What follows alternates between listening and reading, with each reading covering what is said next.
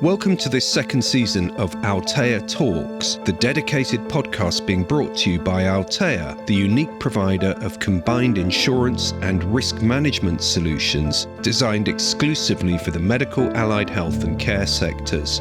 I'm your host, Will Marshall, and I'll again be joined in this second series by some of the leading figures from across the sectors. My guests are going to include practitioners and professionals, regulators, clinical risk and governance specialists, and an array of legal experts who are going to help us get to the heart of the hottest topics affecting health and social care sectors today. So, if you're looking for frontline knowledge and expertise, if you want valued insights into these most dynamic, challenging, and rewarding of sectors, then look no further because you're in the right place. Welcome again to Altea Talks.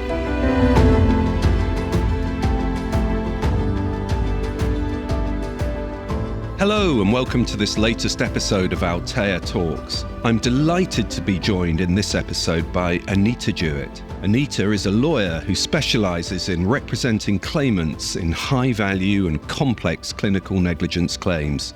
She's widely recognised as one of the most influential leaders in her field. Anita is head of the Clinical Negligence Department at Stewarts and works across their London and Leeds office. Stewarts are the UK's largest litigation-only law firm, and they specialise in representing clients in high-value and complicated legal disputes. Anita's enjoyed a long and distinguished career in the claimant clinical negligence sphere. She spent 18 years at Irwin Mitchell before joining Stewarts to lead the clinical negligence team there last year. The team that Anita leads at Stewarts is best known for representing clients who've sustained a life-changing injury, and this can include spinal cord injury claims, amputation cases, adult brain injury cases, and paediatric brain injury cases. Anita has particularly notable experience in representing children who've sustained a brain injury following failures around the time of their birth, working in the obstetric, midwifery, and neonatal claims space. This has been the mainstay of Anita's work for several years, and she's recognised as being a leading individual in this practice area. Anita has spoken widely on issues relating to maternity care and on high-profile maternity investigations, such as the Kirkup review into maternity and neonatal services in East Kent. Anita has particular experience in cross-jurisdictional issues, and she's represented clients where local care, accommodation, and equipment needs have been costed in North America, Australasia, and across Europe. Anita has gained widespread recognition for her expertise and dedication to this incredibly sensitive and challenging work, and she champions diversity within the legal profession. Anita has won the Inspirational Women in Law Award from the Next 100 Years project for her submission on how women can help to shape the future of the legal industry. She was also named in the Women Who Will report, which champions the talent of 30 female leaders in law each year. Away from the workplace, Anita enjoys an equally full and dynamic family life with 3 young boys, including, I understand, identical twins, which must keep her busy. Anita, a very warm welcome to Altea Talks. Thank you, Will. Delighted to be here, and what a fantastic introduction. Thank you. Not at all. I'd like to start by going back to the beginning, if I can, or the beginning of career anyway, and ask you about what first motivated you to become a claimant clinical negligence lawyer. Well, I'd love to say that my path into clinical negligence was carefully planned and curated. That wasn't actually the case. I went to a very normal, comprehensive state school, and very few people went into law. And I was actually actively advised against studying law, but it just wasn't something that people did from my school. But thankfully didn't listen to that advice and did go and study law. And during my law degree, I can't say that anything instinctively jumped out at me in the first couple of years. Particularly me and land law didn't quite get on, I have to say. And in my third year, I was talking to my tutor and struggling to think about what I could study for my dissertation. He said, how about medical negligence? And looking back, it was blindingly obvious that that was the area of law for me. I always loved medicine, wasn't particularly great at sciences. And he suggested specifically the causation issues that arise in cases relating to babies who have sustained a brain injury at birth. So anyone who studied law a couple of years ago will have remembered the yellow Kemp and Kemp binders full of case law. And I sat in the library, and for the first time I was completely hooked. And that was that, really. So I knew from that moment that I wanted to practice in clinical negligence and haven't looked back since. Do you have a medical background in your family? No. So I was probably the first generation in my family to go to university. There was one sort of distant family member who was a lawyer, but no medics in the family and no lawyers in the family apart from one. And for me, I think clinical negligence, it was the mix of medicine, the law, and also people, and the variation of that. So that's what really stood out to me. Yeah, I have very similar motivators, actually, when I got into it as well. It's such a people-centric area of the law, isn't it? Absolutely. I mean, you must love getting on with people and the variation and the challenges, and you have to be able to support a wide range of people and clients through those challenges. Yeah, so I mean, that sort of leads me on really to my next question. I was going to ask you what you enjoy most about your role. Yeah, well, I think it links back to that, Will. You know, no 2 days are ever the same, and also your days can be quite unpredictable. So you can go into the office in the morning and think, this is how my day is going to look, and you learn pretty quickly in law that actually that very often isn't how your day ends up. So no 2 days are ever the same. And I think there are very few careers, you know, where meeting clients in sometimes a very immediate aftermath of what has been a life-changing event for them. And we will have a phone call, and then the next day we will be sat on their sofa in their living room talking about what's happened to them. So, you know, that's a very it's a very privileged role, really, and one where you've got to be able to work closely with people and be able to support them and provide very sort of clear advice at that time in their lives. Yeah, absolutely. I get that. It must be a very rewarding role. One of the areas I love for our clients is about finding answers. And I often say to clients at the outset, you know, if we investigate a case and get supportive evidence, that can unlock compensation for them, but it can also be a double-edged sword because it's sometimes be quite difficult for a client to get a report and to know that the outcome could and should have been different.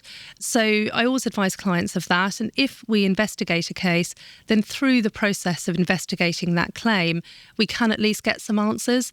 And sometimes the answer will be, actually, this was just a very unfortunate event.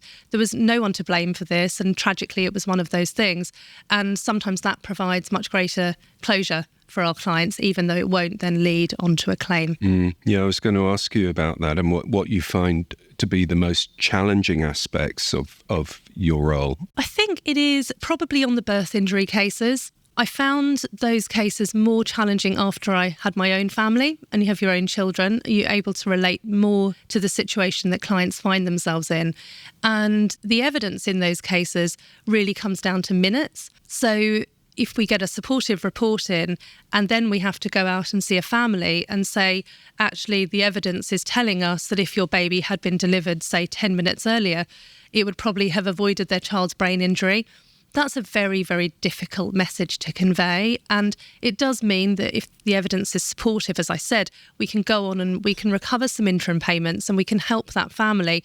But I think that's probably one of the most challenging discussions we would have. Yeah, sure. Thank you. And I'd like to sort of widen the conversation out a bit and talk a bit more about your clients, if that's okay. And really, I think for the people who are listening to this podcast, it would be really helpful if we could ask you to share some of your insights about what the main drivers are that motivate patients to pursue clinical negligence claims against healthcare providers. I think it really depends on the nature of the case. I would say a common driver is wanting to seek answers. So perhaps a client has been through the hospital's complaints process, but they weren't satisfied with the response, and then they'll call a solicitor. Compensation's clearly a driver. You know, if there's been a life-changing injury, I think the far-reaching consequences of someone sustaining a life-changing injury really can't be overstated. And that's not only the economic and financial impacts, but the emotional impacts, not just for the claimant, but for their family members. And some of them may have given up work to have cared for them. Sometimes compensation isn't a driver at all. And the classic case for that would be if tragically a baby has died And the law doesn't recognise, sadly, those category of cases in really any sort of significant compensation payments. So I've never had a client come to me in those situations where compensation is the driver for it, but they do want answers. I do find a common theme is I think the number of claims could be reduced if there were earlier apologies. And sometimes patients want to hear, we're really sorry this happened, it shouldn't have done, and this is what we're working on to try and put this right, and really saying sorry in a meaningful way. Yeah, and presumably that would not be more impactful, but might be sufficient to reassure a patient where their injury has not been serious. Absolutely. And it's also, if a patient has 10 questions that goes into the complaints letter, it's really important for them to get answers to all 10 of those questions. And sometimes a patient may pick up the phone to us and say, well, they responded to 9 of the points, but the 10th point is the one that we were really concerned about, and we didn't really get a response on that, and we want to know why. So I think just making sure that all of that is being addressed in a really open way as early as possible would probably prevent quite a few claims being pursued. That's very interesting, thank you. And what advice would you give to someone who contacts you and says that they believe that they've been a victim of clinical negligence, but they're unsure about whether to pursue a claim? Well, you may say that I would say this, but definitely to contact a specialist solicitor. A lot of firms, particularly in the market, hold themselves out as specialising in this area, but there's actually only a handful of specialist firms. And I always say to clients at the outset, as long as you go to a specialist firm, after that it just comes down to who you like and trust, and a specialist firm ought to get the same outcome for you. But this is a relationship that sort of endures for a couple of years, and you've got to like and trust your solicitor. In organisations like AVMA, Action Against Medical Accidents, they're really helpful in recommending specialists. Some people are worried that the moment they pick up the phone to a solicitor, the clock will start running, they'll have to start paying fees. That's not the case. People will often pick up the phone and we can give them some initial free advice as to whether there may be a case, or very often there may not. In many cases, we would say there isn't the basis for a claim, but you need to go through a different route, such as a complaint route or some other method that isn't a case. I guess that leads me on to my next question, which is around, what are some of the principal challenges that people need to be aware of in deciding to pursue a clinical negligence case? Yeah, the law sets a high bar for clinical negligence cases, so they're not easy cases to establish. And firstly, we need to be able to prove there's been a breach of duty. So did the treatment fall below a reasonable standard? And the second test is that if you had the right treatment at the right time, so in other words, if there had been no breach of duty, would the outcome have been different on the balance of probabilities? And that's referred to as causation. So it's breach of duty and causation. That's a very simplistic explanation of the legal tests. And the issue in someone's case can be very complex. Every case turns on its own facts and the evidence of that particular claim, but we must be able to prove both breach of duty and causation in order to be successful. So if, for example, we can say, OK, the treatment did fall below a reasonable standard, but sadly the outcome for you is inevitable in any event, then that claim will not succeed. And although we can form a view on merits at an early stage, we will always need to obtain all the medical records, and then we instruct independent, experienced medical experts in the relevant disciplines, because it's only the experts and the equivalent doctors or nurses or whichever clinician we may be looking at who can actually comment on the applicable standard that's expected of that medical professional. And at Stewarts, we have access to experienced independent medical experts. So if a client phones us, very often within a few days, we will ask an expert in the relevant field whether they think there may be a basis for a claim. That's at no cost to the client. And that really, we see that as quite important. It helps us inform our view on merits, but we also see that claimant firms can act as a screen, really, and that ensures that only meritorious claims proceed and we don't have unmeritorious claims being pursued against the NHS and other bodies. Yeah, very helpful to get that sort of informal early steer, isn't it? Yeah. You've touched on this already, but in terms of the healthcare providers, what are some of the key things in your experience that they could and should be doing following an adverse incident to help to encourage early resolution, or if it's possible to reduce the risk of it escalating into a formal legal claim? Sure. Yeah, I touched on it earlier. I think saying sorry when something goes wrong is key, but it's saying sorry as early as possible. Even if you don't have all of the answers at that point, it could be, look, we're really sorry, we can see things haven't gone right. We need to have a look into this further, but we're looking at it. That can go quite a long way to sort of avoiding an escalation. It's really important it's said meaningfully. And I said earlier, in terms of making sure that responses, when it does get to that stage, are provided on all of the points. NHS Resolution produced a really helpful leaflet called Saying Sorry. And they really emphasise within that document, saying sorry is not the same as an admission of liability. And I completely understand caution where clinicians may be thinking, well, if I apologise, does that mean I've admitted liability? It is not the same. So you can say sorry without actually having accepted fault for what's happened in a legal sense. When we're into the litigation process itself, I have seen cases where we get a full admission of liability. And I've seen it on the cases in relation to birth injury claims, a full admission of liability, and then several months later, and a lot of chasing, we will then get the letter of apology to the family. And that is a really important letter. And I think that delay can compound the harm that's been caused. And it can lead to the claimant feeling more entrenched in their position. And sometimes that then ekes into the rest of the litigation. So it's really meaningful apologies as early as you can. Yeah, that's very clear. And in the insurance world that obviously I'm working in, it's very helpful to have that really from the horse's mouth about the distinction between an apology and an admission. But I would just emphasize for our listeners that it's also important to check what your insurance policy says you can and can't do. And if you're in any doubt, to contact your insurers before making an apology. But very, very clear and helpful. Thank you for that, Anita. Thank you. And I just moving on, talking about healthcare providers, and apologies for focusing on that side of the fence a bit. But we hear an awful lot on the provider side about the importance of having a culture of openness, of transparency.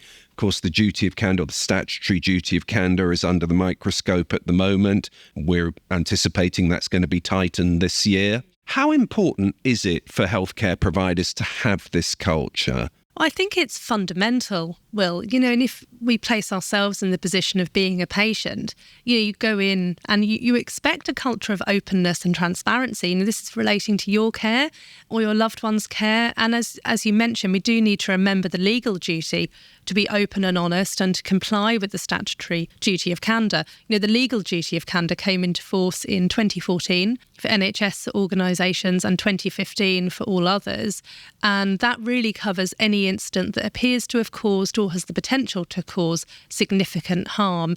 And the consequences of failing to comply with that can be quite far-reaching. And as you say, it may develop further towards more of a personal liability. At the moment, it attaches to the bodies. But if any organisation registered with the CQC fails to comply with that duty, then at the moment they could face regulatory action and in the most serious or persistent of cases face criminal prosecution. Yeah, of course. And what about the impact on the patients or on the patients' families of failures by healthcare providers to properly investigate and respond to complaints? And I'm thinking here about, I don't know whether you saw the PHSO broken trust paper last year.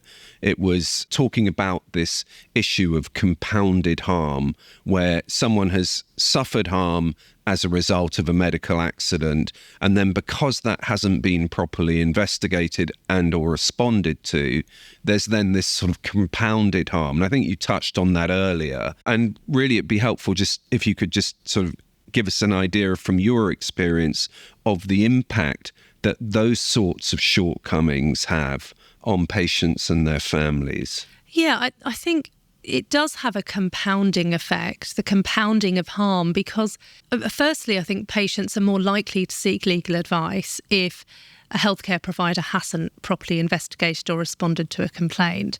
So it may have been an issue that could have been resolved without needing to come to us in the first place. The compounding of harm really is really interesting, and we see it a lot with our clients. The people we represent have sustained a life-changing injury. So by definition, they've sustained a very, very serious injury and have a lot of future care needs, rehabilitation, equipment needs, in order to put them back as far as money can in the position they would have been. Obviously, it's impossible if you've sustained a brain or a spinal cord injury. The process of litigation itself can be very difficult for our clients. And again, it's why it's important to go to a specialist firm who understand the issues and can work collaboratively with the defendant to try and minimise any further compounding of the harm through the process. So timely responses to complaints, and then if and when it gets into the litigation process, being able to properly support our clients through that process to get to a swifter resolution as possible within the system without the process itself being more damaging is really, really important. We see that as a key part of our role. Yeah, and also I think that certainly from my experience, one of the drivers that I'm told motivates patients to bring claims is the desire to try and stop the same mistake from happening again and from it happening to someone else. And so it's really important that the healthcare provider is able to demonstrate that they've learned from the incident. Absolutely. And I think I have heard that from, I can't say absolutely every client, but certainly the significant majority of clients have said exactly that to me. You know, we never wanted to be in this position in the first place. All we really want is obviously a healthy child, and we don't want to have to be caring for our child, to have to see them suffer and to be in pain. We know it was avoidable. All we want is for this to not happen to one other family. And it's quite difficult for some of our clients, particularly in the maternity cases, to then see lots of high-profile maternity investigations. And often they'll say, are you sure that it will improve? Or, you know, when will other families stop going through this? And it's hard actually to have an answer to that, apart from hoping that lessons are learned. And I think learning from mistakes is fundamental. I mean, I do think we've moved on a lot in recent years. There's much more of an open culture, which is fantastic. And you can see that through the way organisations are run and the way cases are being dealt with. But I think there's always more to be done with that. Yeah, thank you for coming on to that. I was going to ask you about that because there's been obviously a lot of publicity around how the litigation process itself has evolved. And we know that NHS Resolution, for example, has adopted a comparatively less adversarial approach to disputes over recent years. How has the landscape of clinical negligence claims evolved in recent years from your experience? Yeah, there's been much more a focus on collaboration and working together. Yeah, litigation used to be a case of, well, you and I used to be opposite each other in cases. I remember, we are smiling at each other at this point. You know, but probably even before that time, litigation used to be a case of trial by ambush, running cases up to the door of trial. Thankfully, those days have long gone. And, it's unusual now for these cases to reach trial. Very few of these clinical negligence cases ever reach a trial, a couple of %. And that's because the parties have managed to narrow the issues long before that point. And ADR, so alternative dispute resolution, and mediation is considered on every case, very effective. And I can think back to one particular mediation I had on a case with a number of defendants, and everyone was sat round the room, and it was really effective. And I think we would have struggled to have achieved such a good outcome if we hadn't engaged a mediator in that case. And it allowed every party to produce their position statements, to have their voice heard. Our client spoke very powerfully about the impact of the case. And I think overall it was a far better experience for our client and probably the defendants too in that case. Can I just ask on that without getting too technical about it, but with mediation, do you find that from your side of the fence, there's greater scope for your clients to get involved in that process than in, say, some of the more traditional ADR scenarios like the roundtable meetings at barristers' chambers and so on? Yeah, I think so. And for people who haven't been to, any listeners who haven't been to a sort of more traditional roundtable meeting, sometimes the client is, sat in one boardroom with their barrister and their legal team, and you've got the barrister and legal team in another room, and the barristers are going back and forth. And that can be we would always make sure we have someone with our client through the day explaining what's happening, but it's quite an alien process. Whereas I think mediation really places all the parties at the heart of the process. And sometimes it goes back to, what are the drivers? the financial remedy to the case would be financial compensation. But having the presence of a mediator there really might help get some issues sort of unstuck and resolved, and there might be other mechanisms that can be deployed in order to try and conclude that case.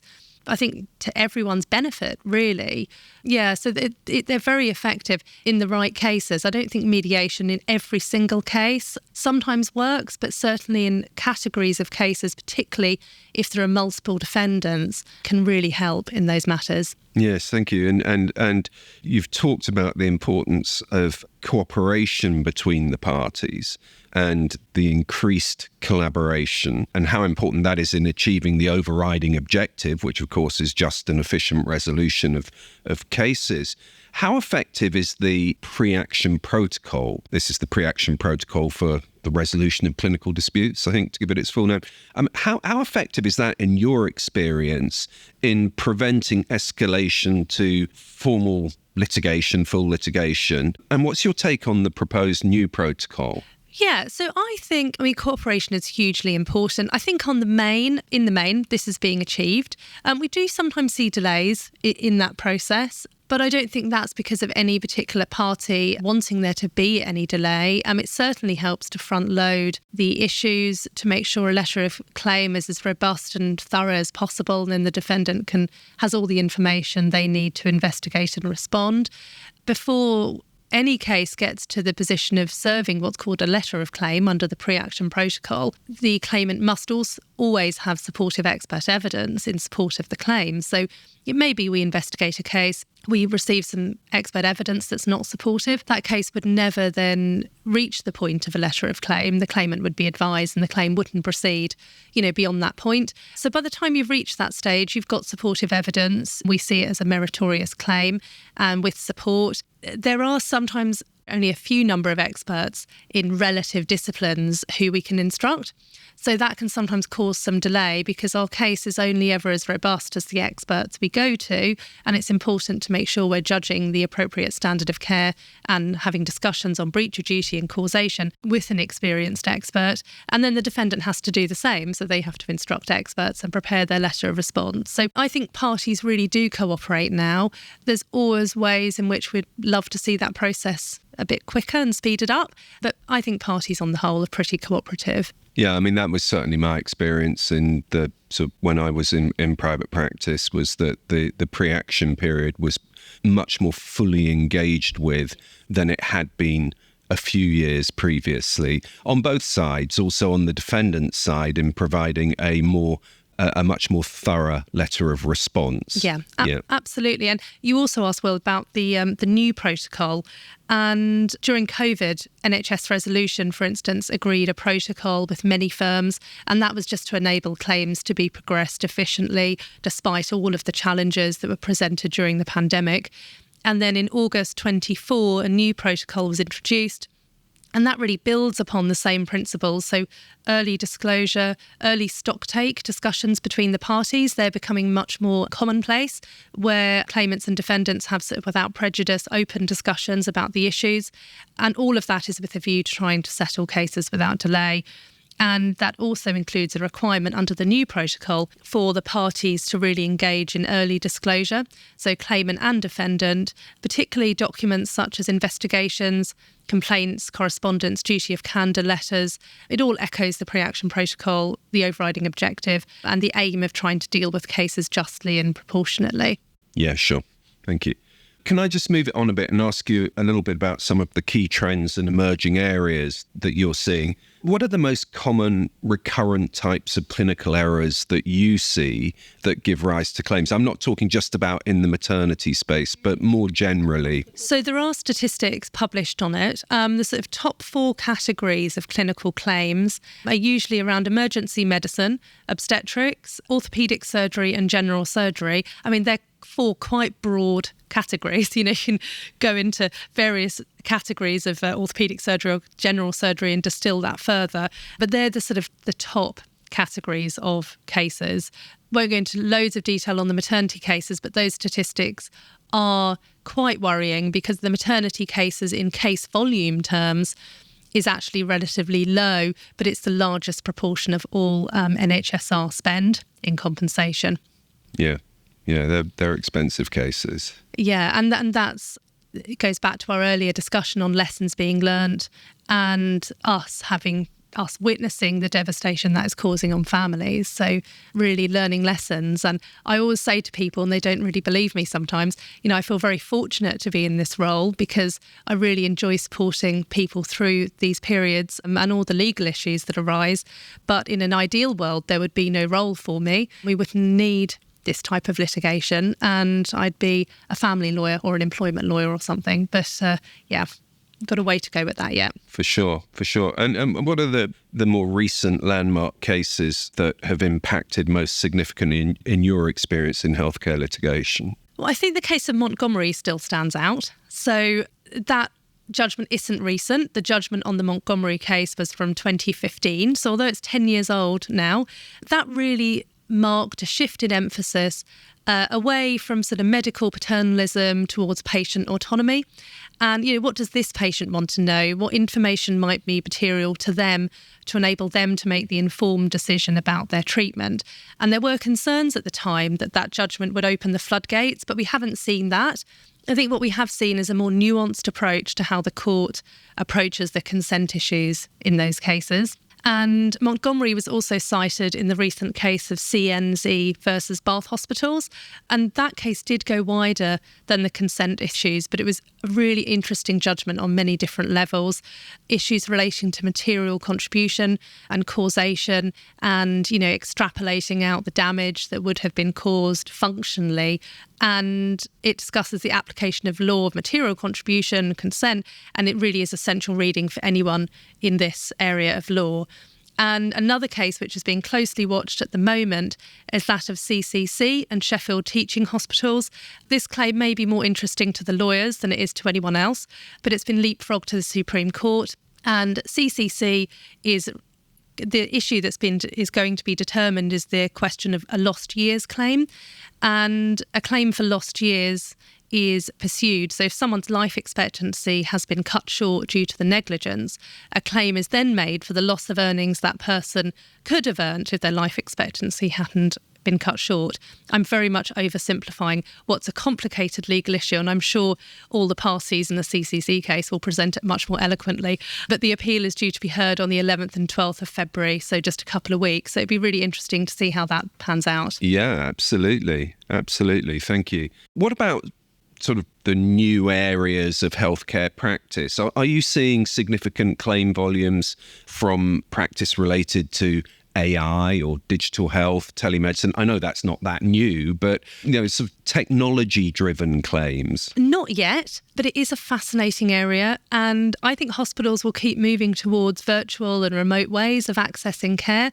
Speaking personally, I find it very helpful. My son often has follow-up consultations, and we have a remote appointment, and I can do that from work, and that's great. So I think if it means patients can access specialist support more quickly in a more accessible way, and it's reducing waiting lists, then that's great. I suppose the balance is to make sure that the benefits of the face-to-face consultations and care then isn't lost.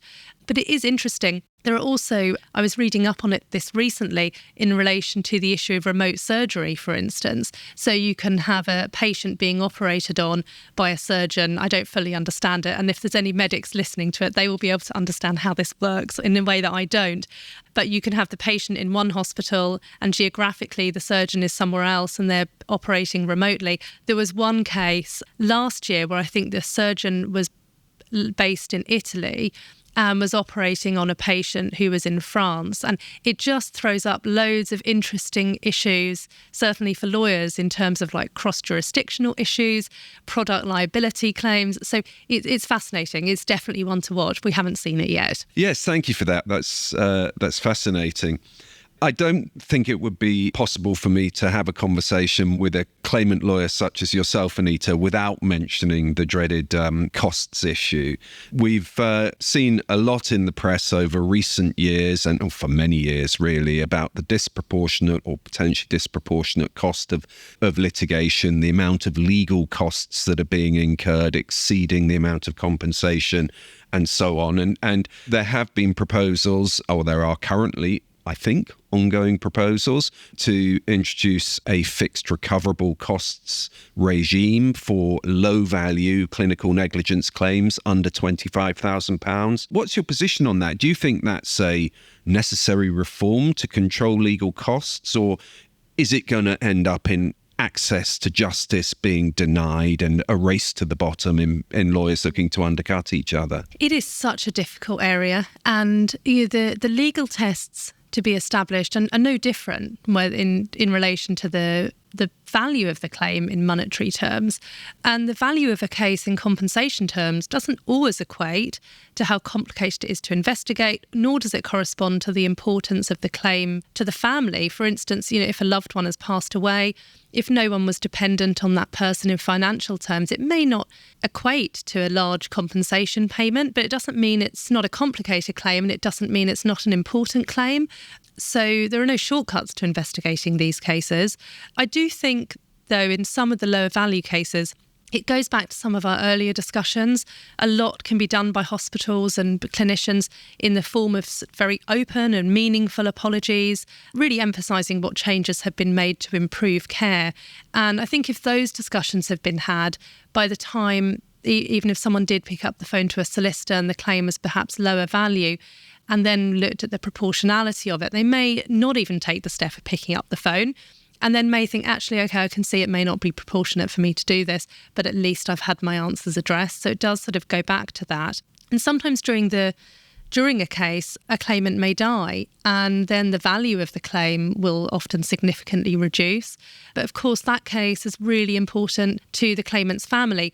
And one pilot which is particularly interesting at the moment is the NHS pilot called Early Neutral Evaluation, or ENE. And this was a pilot undertaken between 2 claimant firms and NHSR, and 100 cases were put into the ENE pilot for consideration. And what that looked like in practical terms is a bundle of documents was prepared. It couldn't be more than 200 pages, and it had to be agreed. Everything in that bundle had to be agreed. The key medical records, both parties' medical reports. You also, I believe, had to have been through letter of claim and letter of response stage. And then an evaluator was selected who was either a senior, junior, barrister or a silk. And the evaluator then came back with a report. And that it would be really interesting to see how that evolves, because utilising those sort of mechanisms such as early neutral evaluation, NHS are going to be publishing some outcomes data on it. So it'll be interesting to see what happens with that, whether that can speed up the process of these cases, particularly on the lower value cases. Yeah, and in terms of the fixed recoverable cost scheme, do you think that's ever going to see the light of day? At the moment, the fixed recoverable cost scheme is in place up to cases up to a value of £25,000. There are some proposed reforms to increase that, I think, to about £250,000. So it's certainly an active area and one that's being looked at the moment.